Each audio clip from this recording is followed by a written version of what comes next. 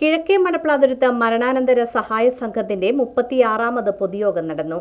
യോഗത്തിൽ വെച്ച് എല്ലാ അംഗങ്ങൾക്കും വിഷുക്കൈനീട്ടം നൽകി. കിഴക്കേ മടപ്ലാതുരുത്ത് മരണാനന്തര സഹായ സംഘത്തിന്റെ 36ാമത് പൊതുയോഗം MS രാധാകൃഷ്ണന്റെ അധ്യക്ഷതയിൽ നടന്നു. 70 വയസ്സ് പൂർത്തിയായ അംഗങ്ങൾ കുറഞ്ഞത് 5 വർഷം സജീവ അംഗം ആയിരിക്കണം. എന്നാൽ മാത്രമേ പെൻഷൻ അർഹതയുണ്ടാവുകയുള്ളൂ. ഒരു പ്രാവശ്യം നമുക്ക് 70 വയസ്സ് കഴിഞ്ഞിട്ട് പുതിയ മെമ്പറായിട്ട് പെൻഷൻ കൊടുക്കേണ്ട ഒരു സാഹചര്യം ഉണ്ടായി. അതുകൊണ്ടാണ് 5 വർഷം മെമ്പറായിട്ടിരുന്നാൽ മാത്രമേ പെൻഷൻ അർഹതയുണ്ടാവൂ.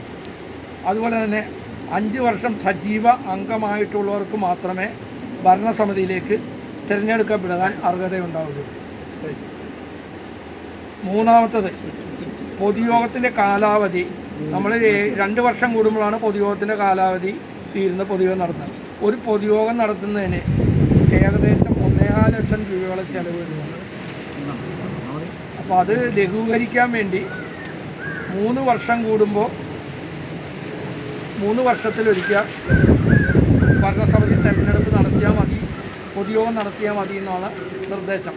അത് നിങ്ങളുടെ സമക്ഷം